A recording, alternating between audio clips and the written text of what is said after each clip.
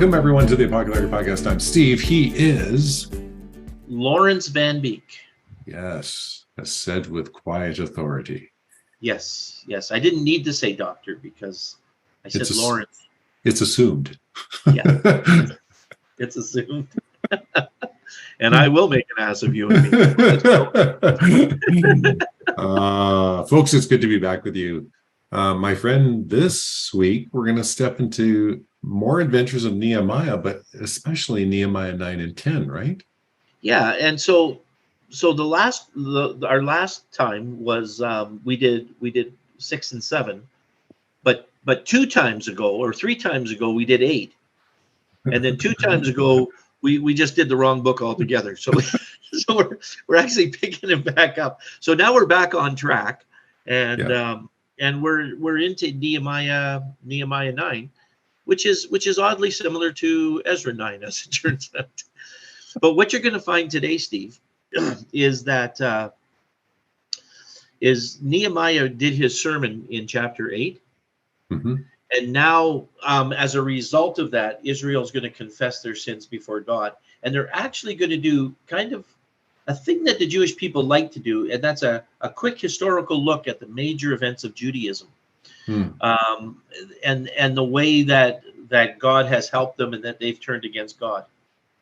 And they're going to talk about all of the places that happened. And so chapter 9 is Israel confessing their sin before God, which is maybe something we all should do from time to time. Yeah. Oh, so true. Yeah. All right, folks, let's jump in. Chapter 9, verse 1.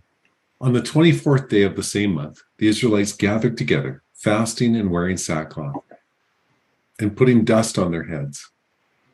Those of Israelite descent had separated themselves from all foreigners. They stood in their places. Okay, let me just stop us there. I'm sorry. Yes, sorry I keep jumping in. No, by all means, please do. So that's a normal form of mourning. You'll find that Job does that kind of mourning, and this is how they mourned. But when it says they separated themselves from all foreigners, remember earlier in the book, they had discovered that there was quite a bit of intermarriage. Right. And so now they're saying they remember they broke away, and some stayed married, it seemed like, and some didn't, but they also broke away from foreigners and foreign ideas. And we would say come Jesus, that completely changes. This joining of Jew and Gentile come Jesus, under Christ is the way that you're supposed to go forward. But at this point in time, there's the community rule that you didn't get involved with Gentiles in matters of love, in matters of wet goods.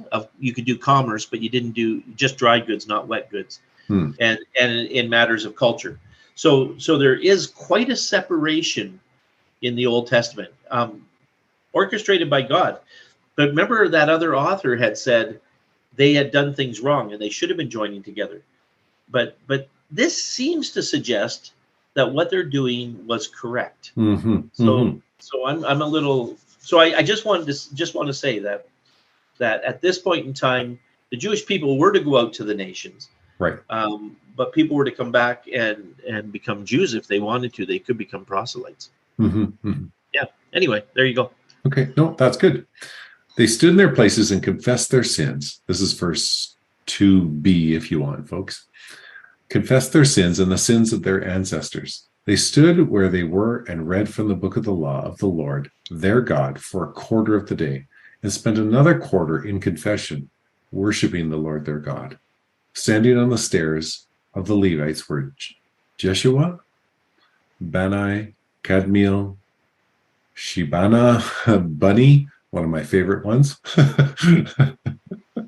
It's probably not pronounced Bunny, but I'm going with that. I think it's pronounced Bunny. Shterbiah, Bani, Kenai, or Kenanai, whatever. And they cried out with loud voices to the Lord their God. And the Levites, the rest of them, said, "Stand up and praise the Lord your God, who is from everlasting to everlasting." Yeah. We've heard that somewhere before, haven't we? we definitely have heard that somewhere before. But I'm also quite impressed that they spend half a day reading the word and the other half praying. Hmm. Little more hardcore than the rest of us. Yeah, yeah, yeah. I'm not sure we'd want to spend a quarter of our day hearing the book of the law. Like we can't stand a 10-minute sermon for crying out loud half the time. When is he going to be done? And then another quarter of the day in confession. Wow. Yeah, yeah. But they didn't have TVs, no electric lights. That's right. And anyway, I'll let you say what they said before God.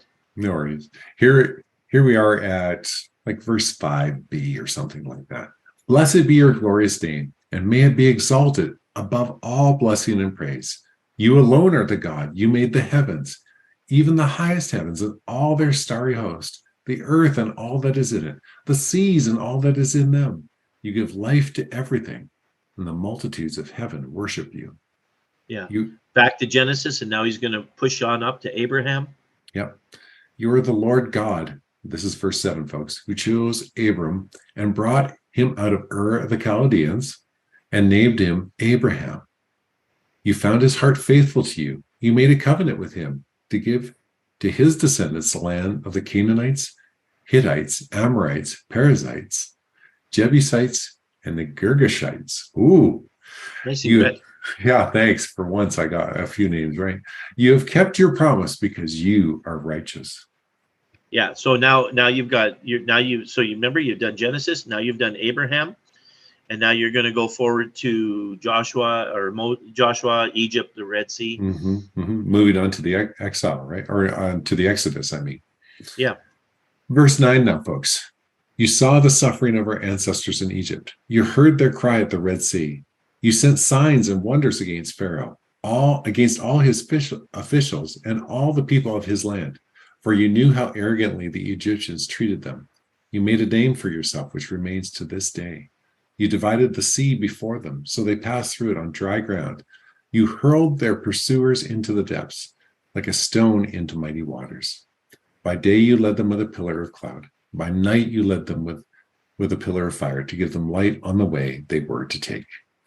Total Exodus. And then we stay with the Exodus a little while longer. Moses is their biggest prophet, remember? Right, exactly. Okay, good point. Verse 13, you came down on Mount Sinai. You spoke to them from heaven. You gave them regulations and laws that are just and right, and decrees and commands that are good. You made known to them your holy Sabbath and gave them commands, decrees and laws for your servant Moses. In their hunger, you gave them bread from heaven, and in their thirst, you brought them water from the rock. You told them to go in and take possession of the land that you had sworn with an uplifted hand to give them. Yeah. And this is, by the way, one of the reasons I kind of am comfortable if we say that Moses actually was the author of the first 5 books. Last part of Deuteronomy, of course, he was already dead, so he didn't write that. But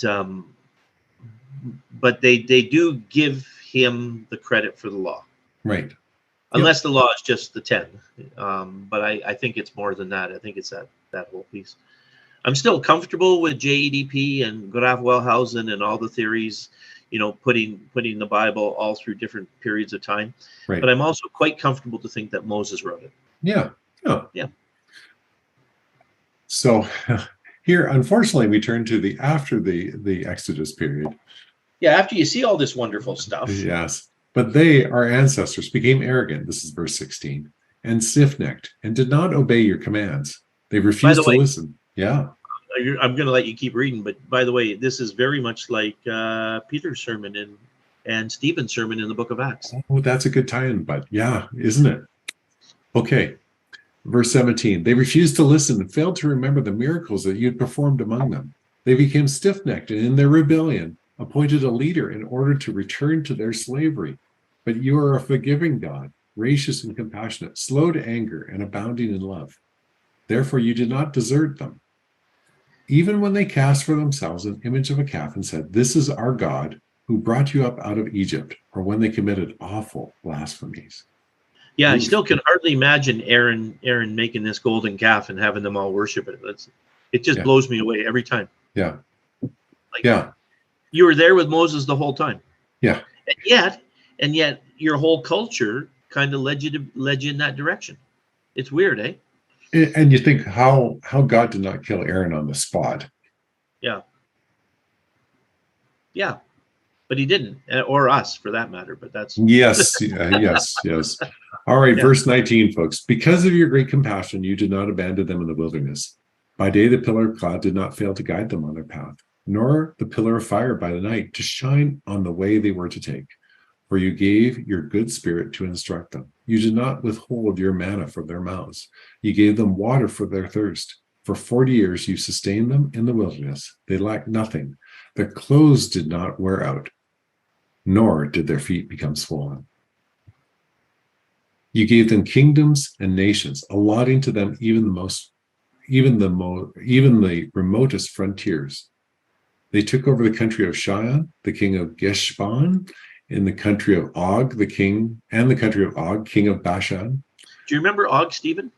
No, I just know Og, that cows come from Bashan. That's all I remember. that's right. And Og was known for having an iron bed. Yeah. Why did he have an iron bed?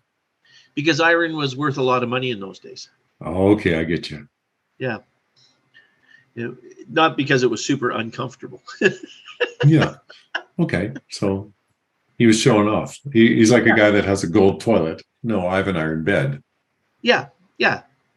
Because you'd say, why do you have a gold toilet? It's not very practical. Or Yeah. a gold weapon would be very impractical. Yeah, like useless, Yeah. right? Yes.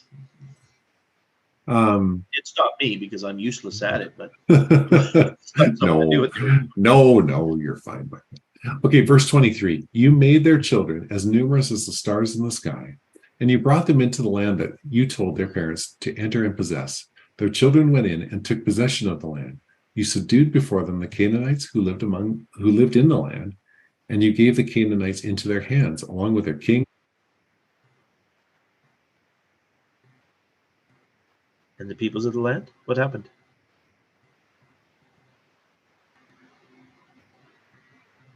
I can't hear you. Oh, sorry. Let's start that again. Verse 22. Sorry, I was actually on mute there, folks. So it was probably my reading was especially good that whole time. You gave them kingdoms and nations, allotting them to even the most remotest frontiers. They took over the country of Shion, king of Heshbon, and the country of Og, king of Bashan, which where the cows are from. And you made their children as numerous as the stars in the sky. You brought them into the land that you told their parents to enter and possess. Their children went in and took possession of the land. You subdued before them the Canaanites who lived in the land. You gave the Canaanites into their hands, along with their kings and the peoples of the land, to deal with them as they pleased. They captured fortified cities and fertile land. They took possession of houses filled with all kinds of good things, wells already dug, vineyards, olive groves, and fruit trees in abundance. They ate to the full and were well nourished. They reveled in your great goodness. Yeah, so God brought him into Canaan, and it should have been fabulous under Joshua, but they were people, unfortunately. The humans got in the way again. Verse 26, they were disobedient and rebelled against you, and they turned their backs against your law, or on your law. They killed your prophets who warned them in order to turn them back to you. They committed awful blasphemies. So you delivered them into the hands of their enemies who oppressed them. And when they were oppressed, they cried out to you. From heaven you heard them, and in your great compassion you gave them deliverers who rescued them from the hand of their enemies. Yeah, so now we're actually kind of in the period of the judges, Okay. And remember the period of the judges where the sin, slumber, I don't know, they would sin, and then God would bring their enemies on them, and then they would cry out to God, and he would bring a judge, would deliver them. They'd be okay for a little while. They'd slip. Now, the judges, you got to remember, is it's after they came into the land, they were 12 separate tribes, and the judges rose up in the different tribes. So it wasn't a united Israel at that time. So it was just It was just Jephthah helping his tribe and Deborah helping her tribe Right. and stuff like that. So I'm with you. that's yeah. Okay. And that's what he's talking about here. Okay, verse 28 then. But as Yeah. soon as they were at rest, they did again what was evil in your sight. Then you abandoned them to the hand of their enemies so that they ruled over them. When they cried out to you again, you heard them from heaven, and in your compassion, you delivered them time after time. Verse 29, you warned them in order to turn back to your law, but they became arrogant and disobeyed your commands. They sinned against your ordinances, which you said, the person who obeys them will live by them. Stubbornly, they turned their backs on you and became stiff-necked and refused to listen. For many years, you were patient with them. By your spirit, you warned them through your prophets, yet they paid no attention. So you gave them into the hands of the neighboring peoples. But in your great mercy, you did not put an end to them or abandon them, for you are a gracious and merciful God. Now, therefore, our God, the great God, the mighty and awesome, who keeps his covenant of love, do not let all his hardship seem trifling in your eyes. The hardship that has come on us, on our kings and leaders, on our priests and prophets, on our ancestors and all your people, from the days of the kings of Assyria until today. In all that has happened to us, you have remained righteous. You have acted faithfully, while we have acted wickedly. Our kings, your leaders, our priests, our kings, our leaders, our priests, and our ancestors did not follow your law. They did not pay attention to your commands or the statutes you warned them to keep. Even while they were in their kingdom, enjoying your great goodness to them in spacious and fertile land you gave them, they did not serve you or turn from their evil ways. Yeah. So he's picked it up and he's jumped ahead through the period of the kings right to the Assyrian captivity, and then he brings it up to today.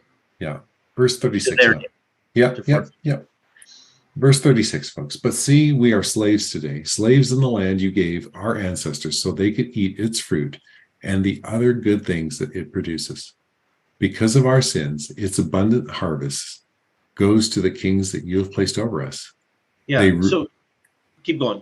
Sorry, Steve. No worries at all.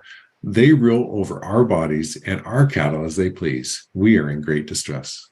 Yeah. So even though they're back in Jerusalem, even though they've rebuilt the walls and Nehemiah is there, and it sounds like things are going good, he's still pointing out that they're still under Persia, and they're, in a sense, they're little more than slaves. They actually don't get their nation back until the Maccabean period, which is after Alexander the Great. Maccabean period is around 200, 250 in that area. And it's under the Maccabees that they become a nation again for a little while. Which, when we looked that up, Steve, remember we said, when did the Pharisees start? It sounds like Pharisees and Sadducees started around 200, which was the Maccabean period. Yeah.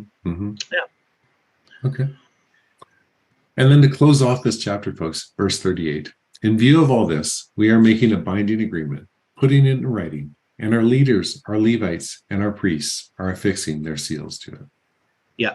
So putting your seals on a paper agreement, or a papyri leather agreement, is pretty important. And now we're going to get to chapter 10. And 10, I think we can just look at, because it's again a list of people. These are the ones that they sealed. Yeah. Those who sealed it were Nehemiah the governor. And then it goes through a lot of names. Again. And it lists them. They were a whole bunch of priests. And there's probably maybe 20, 21 different priests there. Then it lists the Levites. Then the leaders of the people.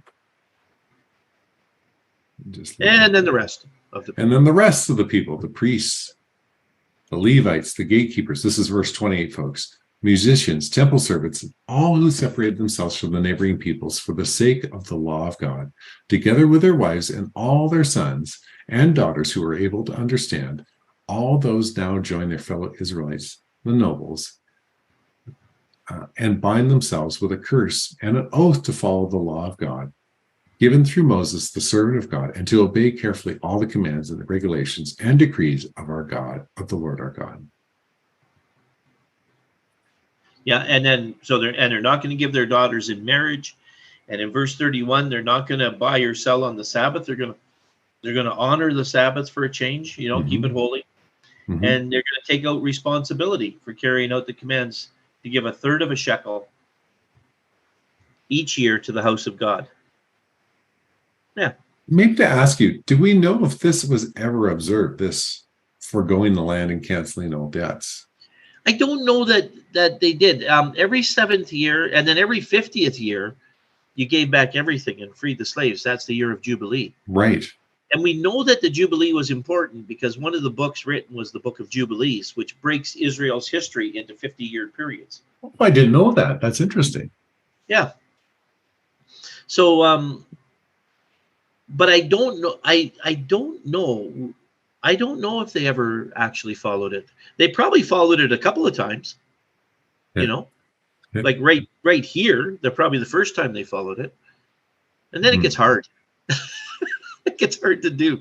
Canceling debts, and when you're talking about canceling debts, you're actually talking about canceling debts of the Israelite people, not foreigners. I don't think you cancel their debt, and but the year of Jubilee is a big year where any of the land that you have from people,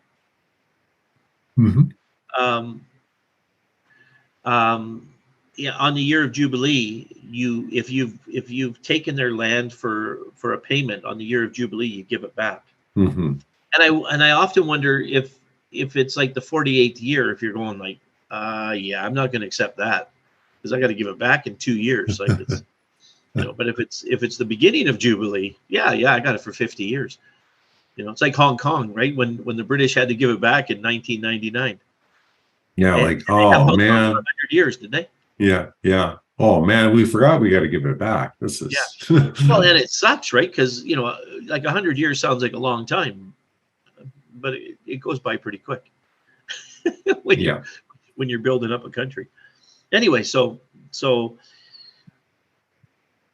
then they talk about the storehouses and all of the other stuff they're going to do, and they finish by saying, "We will not neglect the house of God." And so then they promise to keep up the temple as well. And that's it for chapter 10. So I think we still have 11 and 12. If we have a quick look, I'm just wondering if we can get a whole thing out. We probably will. When we come back, we'll do 11 and 12. Yeah.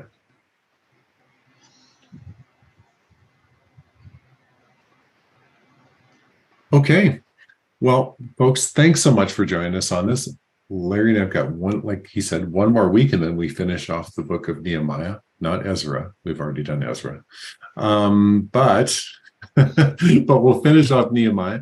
And you'll kind of notice that we, maybe we'll pick it up just kind of right from there. We'll probably do it kind of a pretty quick hit that time, but as always, we so appreciate the fact that you join us every week. Again, it's such an honor to do this podcast for y'all, and we hope you enjoy it too. It's fun for us, but we hope it's actually enlightening and good for you too. Until next time, I was Steve, he was Larry, and this was the Apoco-Larry podcast.